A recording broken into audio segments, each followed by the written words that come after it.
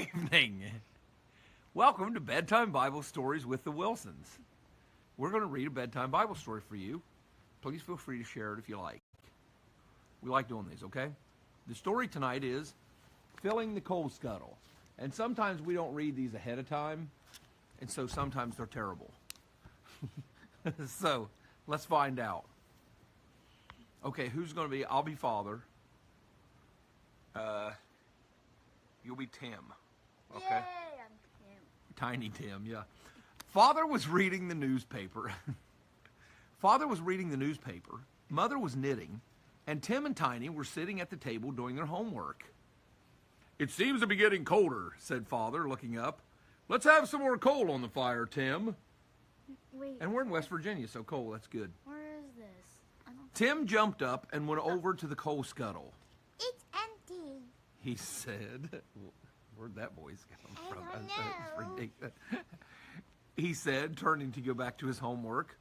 Well, we've got to have some coal, said Father, or the fire will go out. Better fill it. What? It's time to fill it. They have to actually understand what you're saying. It's Tiny's turn to fill it. Find another voice. It's Tiny's turn to fill it, he says. Tiny looks up from his books. I guess you're going to be Tiny. I don't want to read. You don't want to read? No. Sky, No, but you're not going to read? I'm Um, tiny. No, she's got to read that. it's Tiny's turn to fill it. No, right here where my finger is. So far, this is going very poorly, I must say. This is going very badly. What's Okay. that? He asked. My turn? Oh no, it's Tim's turn. I'm sure it is. No, it isn't. Said Tim. I know it is Tiny's turn to fill it. I filled it last time, and I'm not going to fill it again now. What little boy has a voice like that? And this is very odd that one kid's name is Tiny and the other's name is Tim. Tiptoe through the tulips. But we've got to have coal, said Father. Get it filled, It's Tiny's turn. said Tim with determination. No, it isn't. Said Tiny emphatically. No, oh, well. Anyway, I washed the dishes this evening, and he only dried them, so he ought to fill the old thing. No, I should not. Retorted Tim. And if you're going to talk about dishes, I washed the diner thing, so there. Can you try? You're going to get fired. So there. He says he washed the dishes. These are straight A students. Can you Where? imagine? I mean, I don't understand. They can't even read. And I washed the breakfast things yesterday. Makes me wonder about their So- school, giving them straight A's, quite honestly. But what about the coal, asked Father. I'm waiting for the coal. This sounds like a very lazy father. When is it coming? Well, Father, maybe you should put the coal Okay. in. See, when's it coming? What? I don't see Oh, it. my Where's goodness. it at? It's Tiny's turn. It's Tiny's turn. Said Tim again. Now look here, said Father, that's enough. Both of you go outside the door for 2 minutes and decide who's going to get it. But don't come back without it. Hurry up or the fire will be out. Scowling at each other, the two boys made for the door. As it closed, Father could hear a high-pitched conversation going on. It is not. That's not even what it says. It's your turn. It's your turn. Okay. We don't want everybody to quit listening.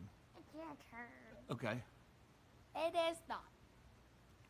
I'll tell you. It's yours. Well, I'm not going to go fetch it. You should. No, I shouldn't. It's your job. It's yours. It isn't mine. It's yours. You've got to get it. Gradually, the voices grew fainter, and they moved away toward the coal shed. I wonder what is happening out there, said Father to Mother. I suppose I shall have to go and see about it after all. You have to. I wouldn't. said Mother. Let's wait and see what they do. They did not have to long to wait. Suddenly, there was a loud bang on the door, and two beaming faces burst into the living room. Here's the call. Said Tim. Just in time. Cried Tiny. Well, that's fine, cried Father. You both look happy. How did you fix it up? Fix what up? The rib. Oh, no. They have to understand your voice. Fix what? Talk like a kid. You're a kid, and this is a kid, Fix what up? said Tim. Oh. Wait, what? You're reading. Oh, yes. Grade A students, I tell you. Oh, yes. Why, we got a great idea. Oh, yes. We got a great idea. Tim filled half of it. I filled the other half. So we are Splendid. So here we are. Splendid, cried Father. What does it say? That was a good idea. Said Mother. And such feeling she said it with, too. You're This is horrifying. This is horrifying. I don't know why we didn't think of it before. Neither do I, said Father, smiling. But I hope this story's about over, he said. But it just shows that when there's a job to be done, it's 1,000 times better for people to work together than to waste time arguing whose job it really is. Wow, now we're getting to the beef. What's the beef? Where's The beef is what you guys won't fix. Where's the beef? All arguing about whose job it is for everything. Where's the beef? I don't want beef. Where's the beef? All right, you're up, Mother, It reminds Little feeling. me. It reminds me said of Mother. that little rhyme which says, "Let's all pull together in all kinds of weather and see what we can do." It's always a fine thing to pull together, said Father with a laugh. Ha ha ha! Ho ho ho ho! Ho ho ho! They make fun of my laugh. That's terrible. And as for the weather, it's warming up nicely now that we've got coal. At which two heads bent over their books once more, and the fire played up again on the hearth. Pulling together. We used to sing a little song in Sunday school, and it said, "When we all pull together, together, together, when we all pull together, how happy we'll be." Here we go. For your work is my work, and my work is your work. If we all pull together, oh, how happy. This has been a horrifying experience from the Wilsons. Bedtime Bible. No, come here. You got to get the moral of the story. Come here, you, because you need it more than anybody. Okay, quit. Listen. Next bedtime Bible story will probably not include River Wilson. Listen. Pulling together. All you guys arguing. Don't want to work together, all right? So, I'm going to complete a list of chores for tomorrow where we'll all work together and do our thing. Now, think about it. Now, listen, in all seriousness, the girls are starting to get somewhere. A little girl here, she likes to bake, and she watches cooking shows all the time, and I let her. Because I'm sick of cooking.